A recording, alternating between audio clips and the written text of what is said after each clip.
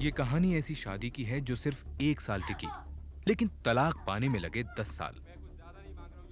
Supreme court तक पहुंचने वाला ये पहला ऐसा केस था जिसमें एक पति ने अपनी पत्नी से एलिमनी यानी निर्वाह भत्ते की मांग की।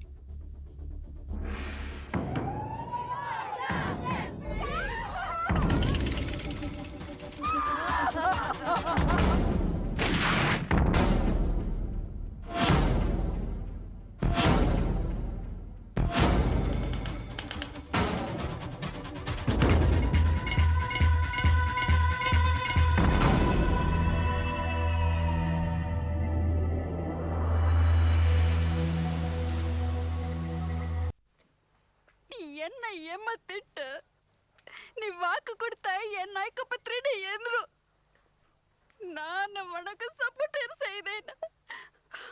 ஆனால் இதற்கு பிறகு எடவும் இல்லை.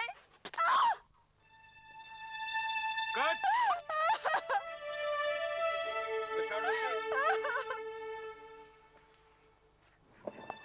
Madam what happened? सॉरी, अभी और काम नहीं कर सकती. अम्मा नाना नरक मुदियाद. नाना नरक मुदियाद. अम्मा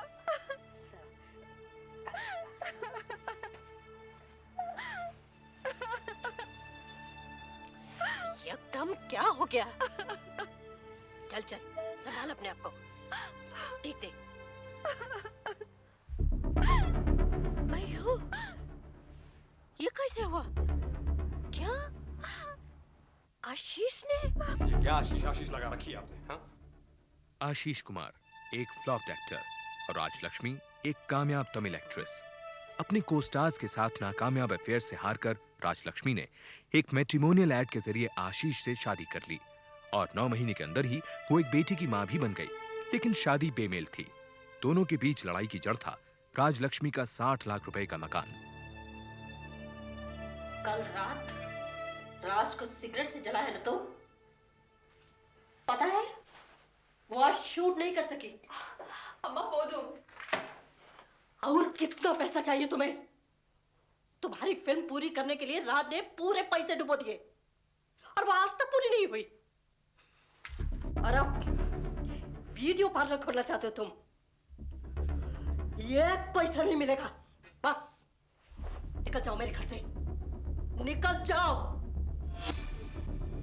आपका घर? कब से? आशीष, मैंने ये घर अम्मा के नाम कर दिया है।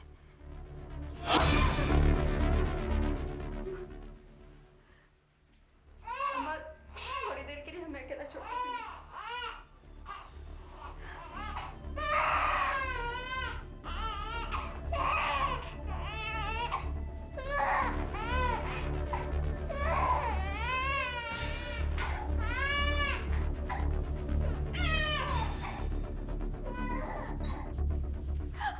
तेरी हिम्मत कैसे हुई? हाँ, मैंने कहा था नहीं घर मेरे नाम कर दो, और ये तुम्हारी अम्मा हर बात पे दखल देती है। ये करो वो मत करो, ये करो वो मत करो। कहा था ना मैंने, बस और कुछ नहीं, घर मेरे नाम कर दे। नहीं, घर अम्मा के नाम ही ठीक है। क्या मतलब? क्या मतलब है? क्या मतलब है ठीक है? हाँ? तेरा पति नहीं हूं मैं क्या? तेरे बच्चे का बाप नहीं हूं क्या? हाँ? हाँ, मुझ पर भरोसा नहीं है क्या? नहीं, मुझे तुम पर भरोसा नहीं।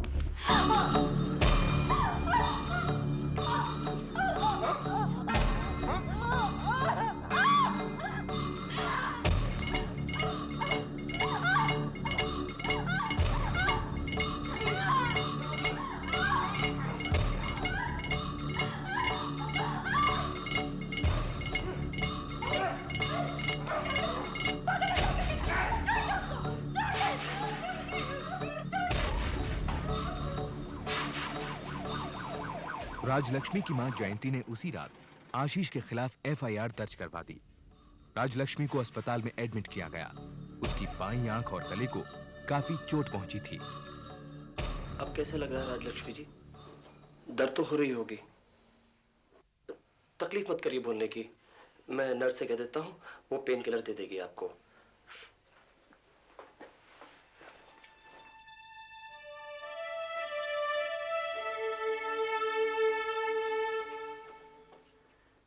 में थोड़ा समय लगेगा, वो फिर से बोलने लगेंगी, लेकिन पहले जैसी आवाज मिलना मुश्किल है। और उनकी बाईं आंख के ऑपरेशन के बाद हम उनकी पूरी रोशनी बचा नहीं सके। आई एम सॉरी। आपको मालूम आप क्या कह रहे हैं? डॉक्टर साहब, मेरी बेटी की आवाज, उसका चेहरा, उसकी आंखें ही उसकी जिंदगी है। अयो, मैं कैसे बताऊं उसको? कैसे बताऊं कि वो कभी कैमरे के सामने नहीं जा सकेगी? राज, मुझे पता नहीं क्या हो गया था। राज, मैं अपने आप को कभी माफ नहीं कर पाऊंगा। मैं वादा करता हूँ कि मेरी बेटी के पास आने की हिम्मत कैसे हुई तुम्हारी? अम्मा, मैं बहुत शर्मिंदा हूँ। शर्मिंदा? पता है तुमने क्या किया? उसकी आवाज और एक आंख हमेशा के लिए खत्म कर दी। हम कभी एक्सेप्ट नहीं कर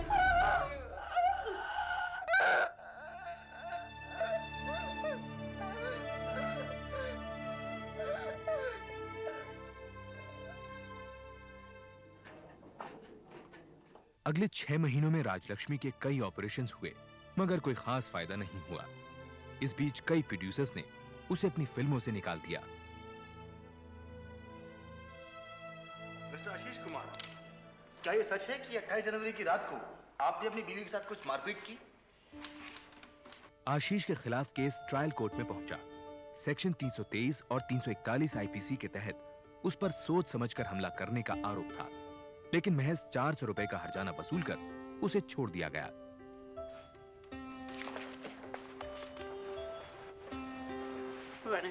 अस्पताल से बाहर आते ही राजलक्ष्मी ने आशीष से तलाक लेने का फैसला कर लिया। उसकी वकील थी एक तेज तर्रार फेमिनिस्ट प्रेमा अयंगर। मैंने डिवोर्स पेपर्स फाइल कर दिए हैं। पहली सुनवाई जल्दी ही हो जाएगी। लेकिन आपके पति ने जो आपके साथ किया है, मैं समझती हूँ आपको एक क्रिमिनल केस जरूर फाइल करना चाहिए। नहीं, उसे क्या मिलेगा मुझे? मेरी आंखें और आवाज तो जाती रही। मैं तो सिर्फ इतना चाहती हूँ कि आशीष बगैर तंग किए मुझे तलाक दे दे। कोर्ट के चक्करों से डर लगता है मुझे।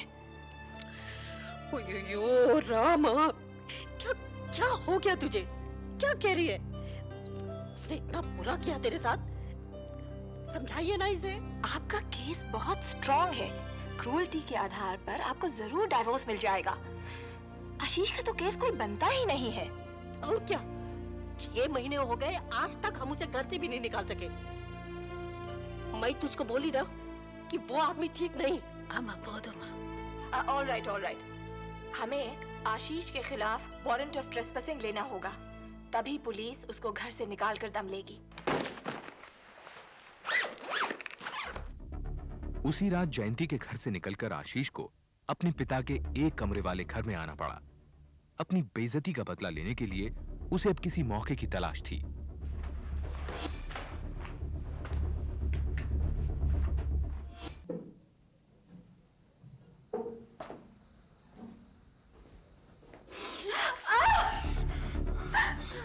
तुमने मुझे सड़क पर फेंक दिया राज। अच्छा नहीं किया तुमने ये। प्लीज, तुम समझती क्यों नहीं हो? मैं तुमसे प्यार करता हूँ। प्लीज राज, मुझे घर से बाहर मत निकालो। तुम चाहते हो पुलिस को बुलाऊं? पुलिस की धमकी दे दी हो। अगर मैं चाहूँ तो तुम्हें यही जान से मार सकता हूँ।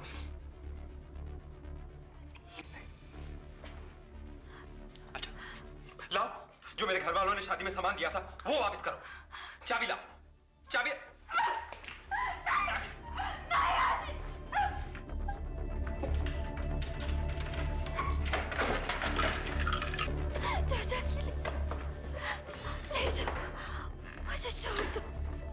मुझे छोड़ दो। आशीष की इस हरकत के बारे में राज ने अपनी मां को कुछ नहीं बताया और ना ही कोई एफआईआर दर्ज करवाई। उसे डर था कि पुलिस के शामिल होने से मामला और उलझेगा और उसे फिल्मों में काम मिलने में दिक्कत होगी। इस बीच आशीष ने तलाक की अपील का जवाब देने से मना कर दिया। मिस्टर शंकर, आपका क्लाइंट ने अपना रिटर्न स्टेटमेंट फाइल क्यों नहीं किया? योर ऑनर, मेरा क्लाइंट तलाक नहीं चाहता है। उसे तो अपनी बीवी और बच्ची से बहुत प्यार है, और अगर स्टेटमेंट फाइल होता है तो सुलह की उम्मीद भी जाती रहेगी। योर ऑनर, मेरी क्लाइंट सुलह नहीं चाहती, उनकी जान खतरे में है। इस केस की पेंडेंसी के दौरान 16 अगस्त की रात को मिस्टर आशीष कुमार ने मेरी क्लाइंट के घर में जबरदस्ती घुसकर डिवोर्स केस वापस लेने के लिए उन्हें डराया और धमकाया, और तो और उन्होंने 2 लाख रुपए के सोने चांदी के जेवरात भी उनसे छीन लिए। क्या पुलिस को इस बात की इत्तला कर दी है? FIR फाइल कर दिया है? नो योर ऑनर, मगर हम लोग मुझे लगता है दोनों पार्टियों को फिर सोचना चाहिए। आपसी सुलह के लिए वो मेरे चैम्बर में मिलेंगे। प्रेमा अयंगर की सलाह पर राजलक्ष्मी किसी भी रिकंसिलिएशन मीटिंग पर नहीं गई। आखिरकार 7 महीने बाद जज के जोर देने पर राजलक्ष्मी ने उनके चेंबर में उनसे अकेले मुलाकात की। पिछले 7 महीने से आप इस मीटिंग के लिए क्यों नहीं आई? सॉरी, पर मैं आपसे oh God, I am sorry. आपको इतनी बुरी तरीके से चोट पहुंची? I will make sure mister Ashish Kumar को अपना रिटर्न स्टेटमेंट फाइल करना ही पड़ेगा। एक रास्ता है, लेकिन नॉर्मली औरतें बीवियां इसे इस्तेमाल करती हैं। कैसे? क्या? Maintenance, alimony. Hindu marriage act के सेक्शन 24 के तहत साफ लिखा है कि तलाक तभी दिया जा सकता है जब एलिमनी का मामला तय हो जाए। आशीष, अगर तुम अपनी बीवी से एलिमनी मांगो तो ये मेरा दावा है कि कोर्ट में तहलका मच जाएगा। अरे एक्सीलेंट यार, क्या आइडिया है। अरे मैं सोचता हूँ कि अब ये केस मैं ही लड़ता हूँ। आखिर अदालत को भी तो पता चले कि इतना फटीचर है कि वकील भी नहीं कर सकता। योर ऑनर, मैं अपनी बीवी के कहने पर अब उसे तलाक देने को तैयार हूं, लेकिन उसके पहले मैं सिर्फ एक बात कहना चाहता हूं your honour. Hindu marriage act के सेक्शन 24 के हिसाब से मुझे मेंटेनेंस भी मिलना चाहिए, और मुझे ये जो रोज मुकदमे में घसीटा जाता है इसके लिए खर्चा भी देना चाहिए। और मैं कुछ ज्यादा नहीं मांग रहा हूं योर ऑनर, बस दाल रोटी के लिए 2500 रुपया महीना, और ये जो रोज मुझे इस मुकदमे में घसीटती रहती हैं उसके लिए 5000 रुपया। व्हाट? आप किस आधार पर एलिमनी मांग रहे हैं? योर ऑनर, इनकी वजह से आज मेरी क्लाइंट के पास ना तो पैसे हैं और ना काम। जी छोड़िए जज साहब, मेरी बीवी ने फिल्मों से लाखों रुपए कमाए हैं। इन्हें एलिमनी मांगने का कोई हक नहीं है। ये एक्टिंग स्कूल में प्रिंसिपल है और 2000 रुपए महीना कमाते हैं। योर ऑनर, मेरी तो नौकरी कब की छूट गई है, और अगर ये इसी तरीके से मुझे रोज कोर्ट में खींचती रहेंगी, घसीटती रहेंगी, तो आप ही बताइए मैं काम कैसे ढूंढ सकता हूँ? मिस्टर अयंगर, मिस्टर आशीष कुमार की आमदनी प्रूव करने के लिए कोई सबूत? नो योर ऑनर, लेकिन आप मुझे टाइम दे तो हम लोग। योर ऑनर, मेरे पास सबूत है। ये देखिए, ये देखिए, ये मेरी बीवी के 60 लाख के मकान के मालकिन होने के कागजात। योर ऑनर, ये डॉक्यूमेंट्स पुराने हैं। मेरी क्लाइंट ने ये मकान अपनी माँ के नाम कर दिया है, ये आप देख सकते हैं। योर ऑनर, मेरी सास से मेरे सोने के गहने और 15,000 रुपए चुराए हैं। और योर ऑनर, ये देखिए, ये देखिए, ये देखिए, मेरी सास ने मेरी कलाई काट करके मुझे मारने की कोशिश की है। मेरे को तो उन पर भी एक क्रिमिनल केस ठोकना पड़ेगा। ऑब्जेक्शन योर ऑनर, ये बिना सबूत के इल्जाम नहीं लगा सकते। योर ऑनर, सजा तो इस प्रेमा अयंगर को भी मिलनी चाहिए। ये मेरी बीवी को टैक्स बचाने के नए नए तरीके बता रही है, और आप सबूत की बात कर रहे थे कि कैसे मेरी बीवी पैसे कमाती है। योर ऑनर, ये देखिए, राजलक्ष्मी बालगोपाल ब्लू फिल्मों में भी काम करती है। आई ऑब्जेक्ट योर ऑनर, इन्हें झूठे इल्जाम लगाने से रोकना होगा। मिस्टर आशीष कुमार, आप अपना केस खुद लड़ रहे हैं, इसलिए मैंने आपको काफी छूट दी, मगर प्लीज आप इस तरह कोर्ट की बेइज्जती नहीं कर सकते हैं। लेकिन योर ऑनर, मेरे पैसे? The court is adjourned. लेकिन योर ऑनर, ये तो बिल्कुल नाइंसाफी है। ये दोनों औरतें मुझे बर्बाद करने पर तुली हुई हैं। योर ऑनर,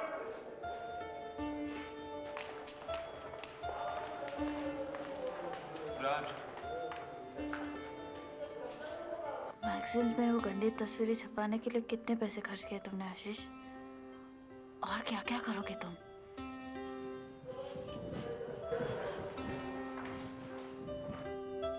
आशीष की आमदनी साबित करने वाले कोई कागजात प्रेमा हासिल नहीं कर पाई। एलिमनी फाइल करने के 1 साल बाद फैमिली कोर्ट ने नवंबर 1987 में आशीष को 750 रुपए मेंटेनेंस और 2000 रुपए बतौर मुकदमेबाजी खर्च मंजूर किए। इस फैसले के खिलाफ प्रेमा ने हाई कोर्ट में अपील की। 1 साल बाद हाई कोर्ट ने ट्रायल के लिए यह केस फिर से फैमिली कोर्ट में भेज दिया।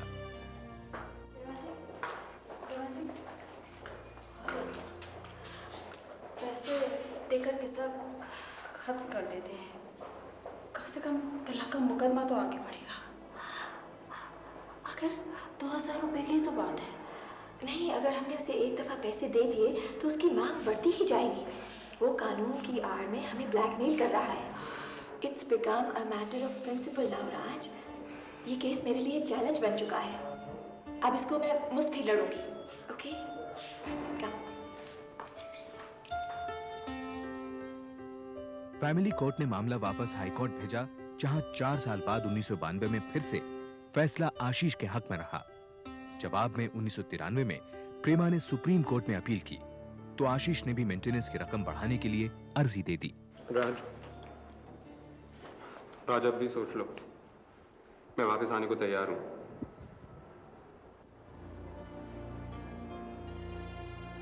अब तक राजलक्ष्मी ने आशीष को 1 पैसा भी नहीं दिया था। फिल्मों में काम मिलना बंद हो चुका था। टीवी सीरियल्स में छोटे मोटे रोल्स करके वो किसी तरह गुजारा करती रही।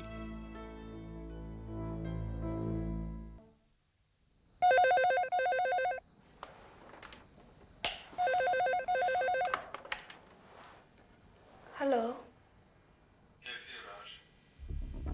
आशीष, तुम क्यों फोन किया तुमने? राज तुम केस वापस ले लो, मुझे पैसे नहीं चाहिए। ये नहीं हो सकता। सुना तुमने? कौन था माँ?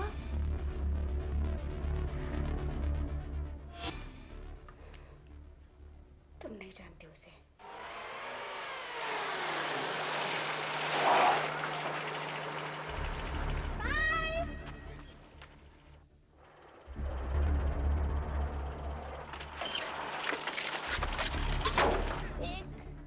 ऑरेंज बार चाहिए।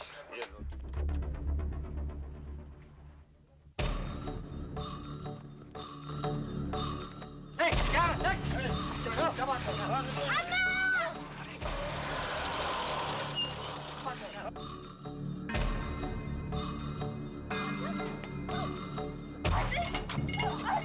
तुम गुंडे लेकर आए हो मेरी बेटी को किडनैप करने के लिए। मैं तुम्हें गिरफ्तार करना चाहता हूं। ये क्या बेकार हंगामा मचा करके रखा है तुमने? हाँ? क्या बाप को अपने बेटी से मिलने का हक नहीं है? हाँ? ये सब तुम कर रही हो। ये सब मुझे जानबूझ करके तुम मेरी बेटी से अलग कर रही हो। तुम्हें गिरफ्तार करवा के रहूंगी। कि मुझे पता है और क्या क्या करोगे तुम, और क्या क्या करोगे। उसने 2 गुंडों के साथ मेरी बेटी को किडनैप करने की कोशिश की। मेरी समझ में नहीं आता मुझे अरेस्ट क्यों नहीं कर सकते। राज, बच्ची को अभी तक उसने किडनैप तो नहीं किया ना?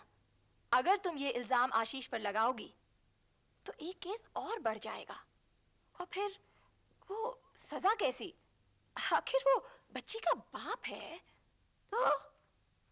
तो मैं क्या करूं? मुझे पूरा यकीन है कि सुप्रीम कोर्ट हमारी अपील को जरूर सुनेगा। हम ये केस जरूर जीत जाएंगे।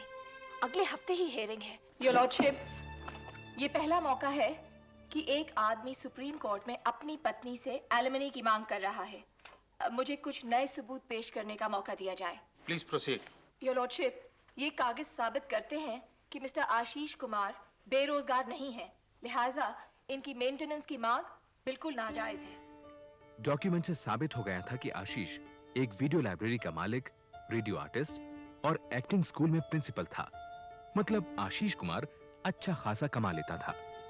मिस्टर कुमार, आपको कुछ कहना है? Yes milord.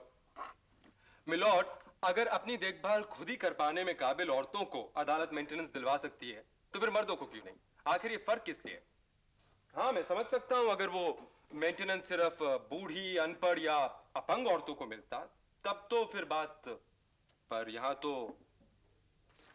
Your lordship, alimony की मांग करके मिस्टर आशीष कुमार तलाक के मुकदमे को डिले करना चाहते हैं और अपनी बेटी की किडनैपिंग की नाकामयाब चाल के बाद सेक्शन 28 के तहत कस्टडी का केस भी फाइल करना चाह रहे हैं। मिस्टर कुमार, एक तरफ तो आप मेंटेनेंस क्लेम कर रहे हैं और दूसरी तरफ कस्टडी भी। मिलोड, मेरी बच्ची को मेरी जरूरत है। मिस्टर कुमार, अगर आपने ज्यादा जोर दिया तो मैं ये केस यहीं डिसमिस कर दूंगा।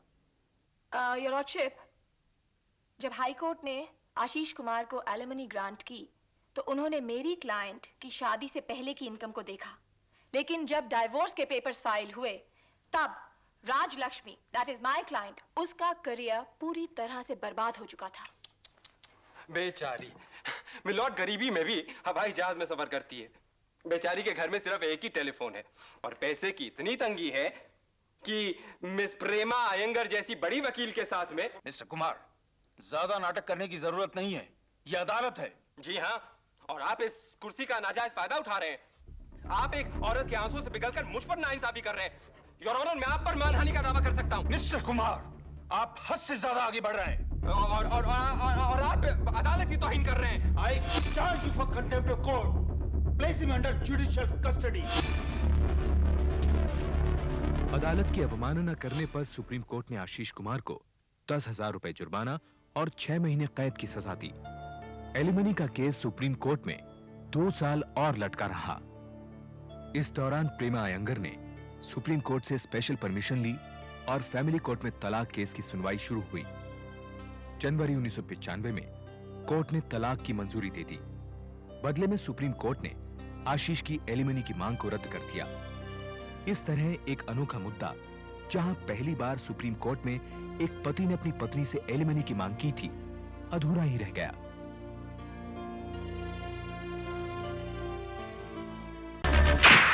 कानून के रखवाले बड़े से बड़े मुजरिम को भी मौत की सजा देने से हिचकिचाते हैं, क्योंकि जीवन लौटाया नहीं जा सकता। और ये केस कानूनी तारीख में एक अजूबा है।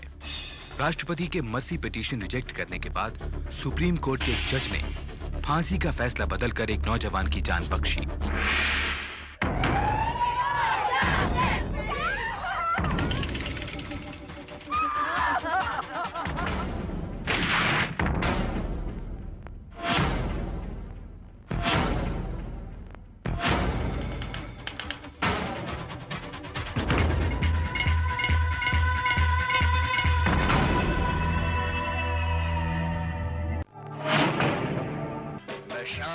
अजमेर, सन 1975। जिंदगी से उबे 4 दोस्तों के लिए आमदनी का जरिया और अजमेर का पहला fast food restaurant Kings cafe. मेरी सजना रे, हाय रे। संजीव सूरी, उम्र 21 साल, मौलाना आजाद मेडिकल कॉलेज का स्टूडेंट, अपने लेक्चरर के साथ छेड़छाड़ के लिए 6 महीने की जेल काट चुका है। किंग्स कैफे के 4 मालिकों में से एक। मार डाला रे। मियां, तुम तो जिंदगी भर खड़े 100 मीटर की दूरी पर मरते रहोगे। रील पर पैसे बर्बाद किए वो अलग। नवाब दिलावर मोहम्मद खान, उम्र 27 साल, पिता ने इनकी जबरदस्ती शादी की और इन्होंने पुश्तैनी जायदाद ठुकरा दी। साथ ही अपनी बेगम और 1 साल के बच्चे को छोड़ आए। बेवकूफ। और तू रुक यार। ओ सिड, सुनना यार। ओ यार, मुझे कुछ पैसे चाहिए। कल फिर वो साला मकान मालिक जेब खाली कर गया। गुरजीत सिंह मान, उम्र 22 साल, 250 रुपए की सरकारी नौकरी करके अपनी माँ और 4 भाई बहनों का पेट पालता है। 5 साल पहले पिता साउथ अफ्रीका बिजनेस करने गए थे। उनकी आज तक कोई खबर नहीं है। ओ सिड, ओ यार, कब तक इस किंग्स कैफे में पड़े मरते रहेंगे? ओ कुछ करते हैं यार। ओ सिड, हमारा मियां गेहूं की स्मगलिंग करें। गुड आइडिया यार। ओ फॉरगेट गेहूं शेहूं, साले तरमजी ज्वेलर्स को लूटते हैं। ओए गुरी, आज तूने पहली बार अकल की बात की। क्यों सिड? चोरी करो तो ऐसी कि पकड़े भी जाओ तो नाम कमाओ। कल अपने थिंक टैंक विकी के दिमाग से एक परफेक्ट क्राइम स्मगल करके लाता हूँ। सिद्धार्थ भगत, उम्र 25 साल, किंग्स कैफे का चौथा मालिक। सभी आइडियाज की तरह ये किंग्स कैफे भी सिद्धार्थ का ही आइडिया था। दिल्ली के एक एंटीक डीलर का बेटा, जिसके लिए अजमेर में इंजीनियरिंग करना अपने माँ बाप से दूर रहने का बहाना है। पेशी पे जाना है, डैड ने बुलाया।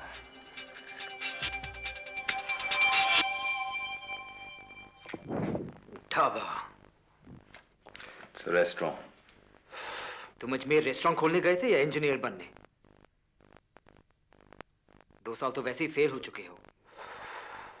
अगर पैसे नहीं तो मांग लेते, कभी रोका है हमने? सिद्धार्थ, मैं तुमसे बात कर रहा हूं, लुक एट मी। एग्जाम खत्म होते ही तुम जापान जा रहे हो। What? वापस आकर फैक्ट्री में हाथ बटाओगे। And don't smoke when I'm talking to you.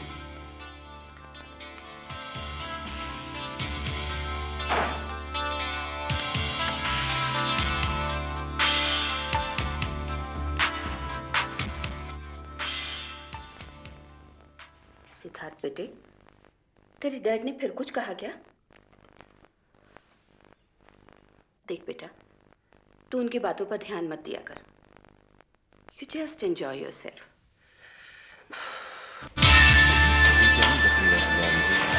Nothing satisfies me.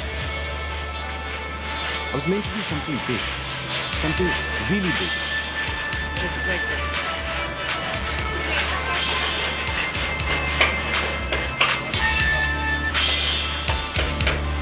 Vicky Bagga, Siddharth का सबसे अच्छा और पुराना दोस्त। नैनीताल के बोर्डिंग स्कूल में दोनों ने कई बरस इकट्ठे गुजारे। स्कूल के बाद सिद्धार्थ अजमेर चला गया और विकी ने दिल्ली आकर अपना ठेकेदारी का फैमिली बिजनेस संभाल लिया। यार पता नहीं तू अपने डैड की नौकरी कैसे कर लेता है, मेरा तो दम घुटने लगता। खैर छोड़, तेरा किंग्स कैफे कैसा चल रहा है? वो गुरजी तब भी रोता रहता है क्या? हाँ रोता रहता है। और वो बेगम साहिबा के नवाब साहब सब गोरर है मेरी तरह। हाय विकी। हाय। विक्की के दोस्त नरेश का तबादला दिल्ली कॉर्पोरेशन बैंक में हो गया था। बातों बातों में उसने बैंक के बारे में काफी कुछ बताया, ये भी कि रोज चांदनी चौक से रिजर्व बैंक कनॉट प्लेस पैसा ट्रांसफर होता है। कितना पैसा ट्रांसफर होता होगा? ये कोई 50-60 लाख हर रोज। और गार्ड्स कितने रहते हैं? 2 guards.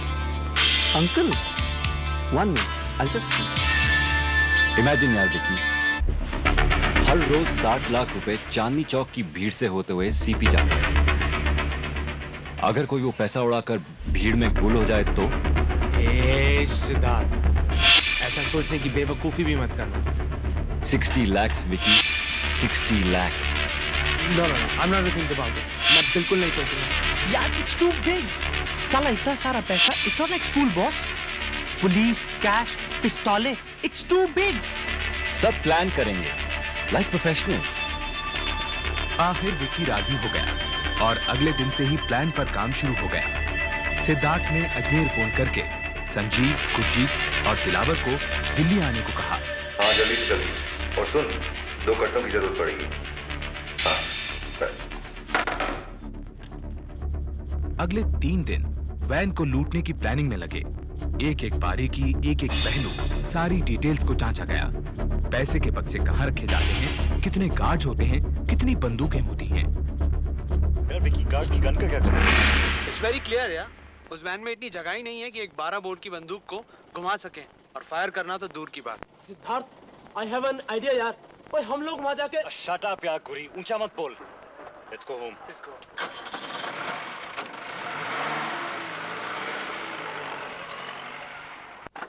Vicky will stop the van by overtaking it. मैं इस डमी पिस्तौल से ड्राइवर को डराकर चाबियां ले वैन को डिजर्टेड प्लॉट तक ले जाऊंगा। संजीव, उससे पहले तूने गार्ड की गन छीन ली है और यहाँ पहुँचते ही पैसे के बक्से अपनी गाड़ियों में लगवा रहा है। राइट? गुरी, तू विक्की के साथ गाड़ी में बैठा रहेगा। एंड फॉर गॉड से ऊंची आवाज में मत बोलना, किसी का भी ध्यान हमारी तरफ नहीं होना चाहिए। धन्यवाद, क्यों खुशी से चौड़ा हो रहा है? ये काम नहीं करती। जनाबे आला, इससे तो आप सिर्फ आपकी बेगम साहिबा को इम्प्रेस कर सकते हैं।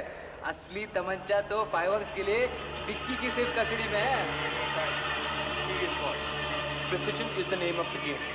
मेरा गाड़ी को रोकना और तुम्हारा उस पर अटैक करना एकदम सिंक्रोनाइज होना चाहिए। लेकिन सिर्फ the question is कि ताले पर गोली कौन चलाएगा? वल्लाह मियां, बेगम साहिबा इसी अदा पे तो मर मिटी थी। ओए, मेरी कोई बेगम साहिबा होती तो मैं तो उड़ते मच्छर के पर उड़ा देते। अरे सारी दुनिया उड़ा देते यार। अरे ठीक है यार, निशाना लगाओ।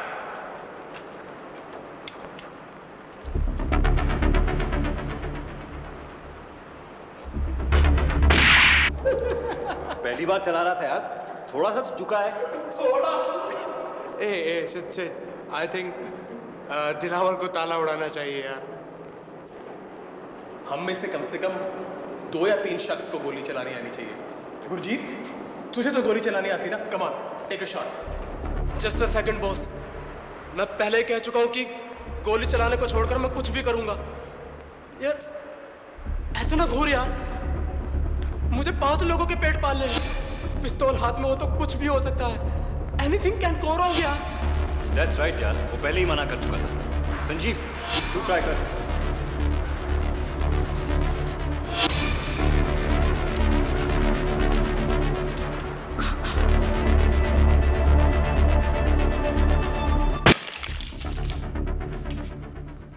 ये सब रहने दे, दीनदयाल देख लेगा। तू इधर ध्यान दे और अपना एक थोपड़ा ठीक कर। सीधी सी बात है, या तो हम ये सब कर रहे हैं या फिर नहीं। Hey, come on यार सिड, थोड़ा बहुत तो हम सभी नर्वस हैं यार। Look at your own face यार। And nobody is backing out, boss. Everybody is ready यार। किसने मना किया? At least not me, boss. और यार किसी के सर पर कोई बंदूक तो लगी है नहीं। If somebody has a problem, तो अभी बोल दो। सिड,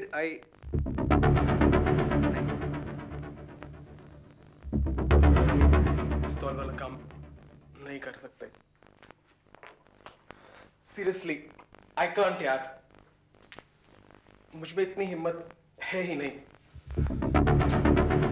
सिद्धार्थ, हम तुम्हारा भरोसा नहीं तोड़ना चाहते, बट ये बात आप बोलने की है। कर ले यार, 12 मिनट की तो बात है। Just shut up! पिस्तौल मैं चलाऊंगा। और पहली दफे कोई काम करने से कतरा है। तू मेरी जगह वैन चलाएगा, बाकी सब कुछ पहले जैसा होगा। Are you nuts? अबे तुझसे उस शीट पर तो गोली लगी नहीं थी। तो तू कर ले Vicky. I don't know how to shoot यार। छोड़ यार सिड, ताला मैं तोड़ूंगा। सिड यार, छोड़ो ये सब। मेरे लिए कर रहे हो ना?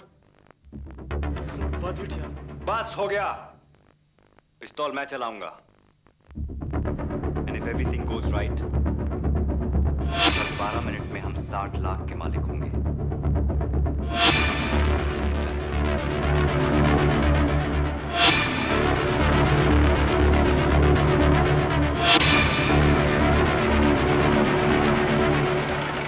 Alright guys, मैं 15 मिनट के अंदर वैन के साथ आता हूँ। Good luck।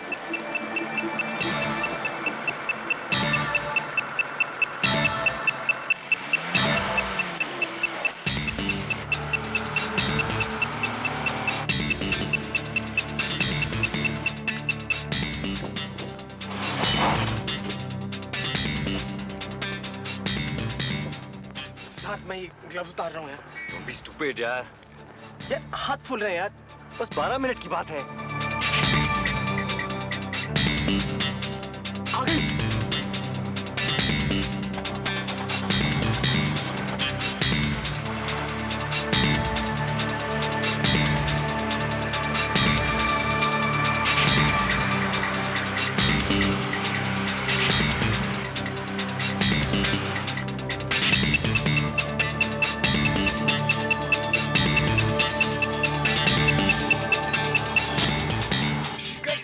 Here.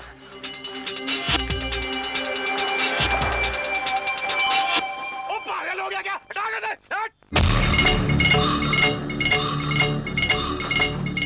चाबी लो, चाबी लो। नहीं देता कि? अरे क्या हो रहा है? जल्दी कर, ताला उड़ा।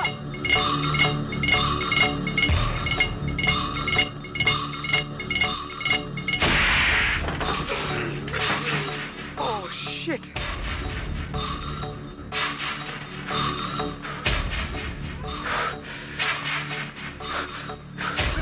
चाबी नहीं दे रहा यार।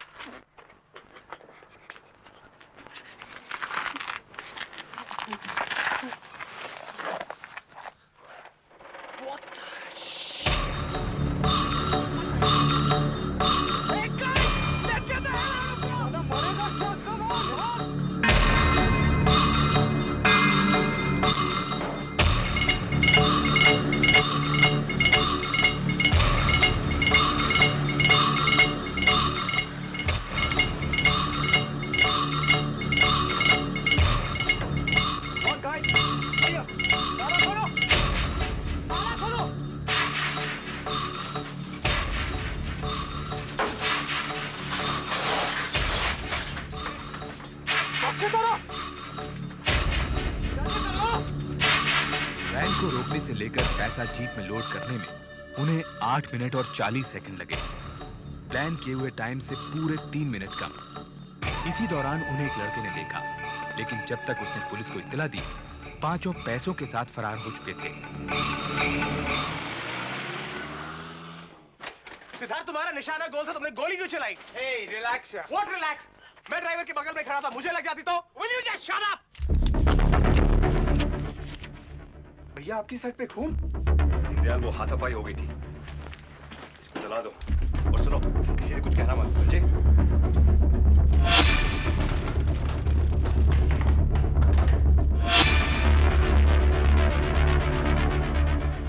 सिद्धार्थ को मालूम था कि उस समय घर पर कोई नहीं होगा, इसलिए प्लान यही था कि पैसा सिद्धार्थ के घर में छुपाया जाएगा।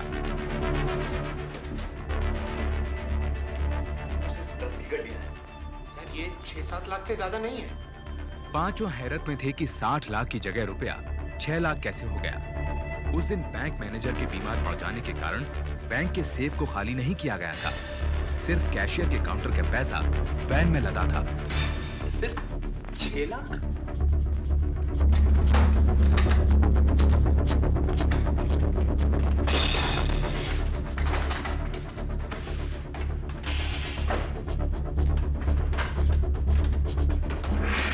इसी दौरान बैंक एम्प्लॉइज ने वापस बैंक जाकर डकैती की खबर दी। ड्राइवर को अस्पताल ले जाया गया, जहां उसने 3 घंटे बाद दम तोड़ दिया, मगर मरने से पहले उसने 3 लड़कों का हुलिया पुलिस को बता दिया। एक दरमियाने कद का गोरा सा, एक के घुंघरू वाले बाल थे साहब।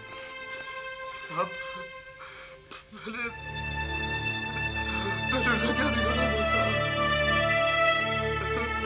तो सिक्योरिटी दे रहा था साहब।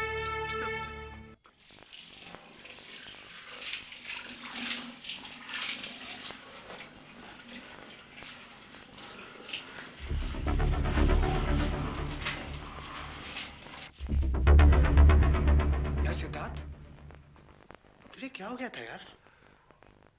गार्ड को गोली लगने के बाद तो तुझे रुक जाना चाहिए था, पर तू चलाता गया। You should have called it off then, यार। उसे गोली गलती से लग गई थी यार।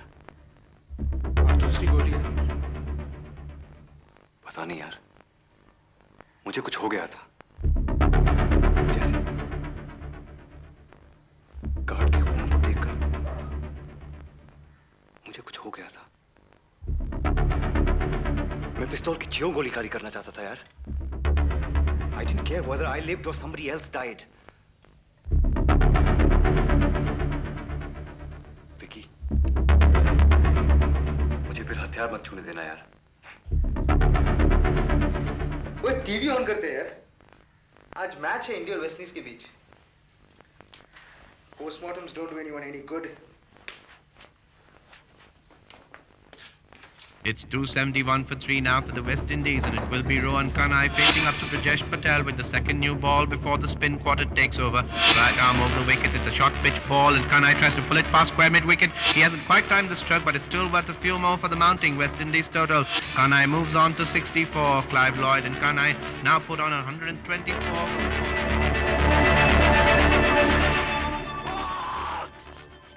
एक विशेष सूचना। आज सुबह 5 नवयुवकों ने दिल्ली कोऑपरेशन बैंक की एक वैन को लूट लिया और वैन के ड्राइवर और एक गार्ड की हत्या कर दी। वैन में तकरीबन 6 लाख रुपया था। गवाहों के अनुसार युवकों की उम्र 20 से 25 के बीच में है। Hey Sid, let's get back to it now. Let's split up. Sanjeev, तू दिलावत न कर। विकी और मैं पहुंचते हैं। और गुरी तू? मुझे बैठ के छोड़ दो। Let's go. Delhi police has announced a reward of ₹5,000.